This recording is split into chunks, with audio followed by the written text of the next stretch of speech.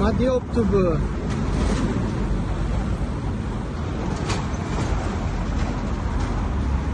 Sonchalar.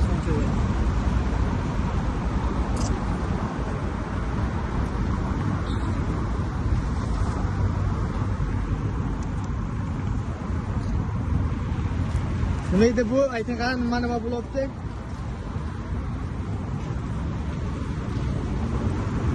Assalomu alaykum, jigarlar, ahvollar. Xo'sh. Bugun so'yiladigan qo'chamiz mana shu. Bugun 28-mart. Nasibimizga sifatli mol, sanki Pokiston yo bo'lmasa Qozog'ga emas. Sifat qilib, mehnat qilib molni olib kelamiz. 120 ming so'qlaydigan yolg'on narsa. Bu bundan keyin qo'yilmaydi. Negativ gaplar bo'ldi. Bu xalq uchun xizmat edi u. 120 bayram pul berganimiz. Foyda qilib olgan molimizda narxini 120 dan berdik. O'zi molni 120 mingdan so'yib olamiz. Naqd pulga 125 ming.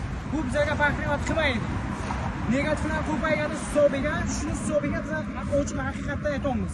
Mana bu qamiz 120 ming so'mdan baraka bo'ldi. Kelasizlar, bemalol aytgan joylaringdan men o'zim o'zim ham chop chiqib beraman. Yana yangilik.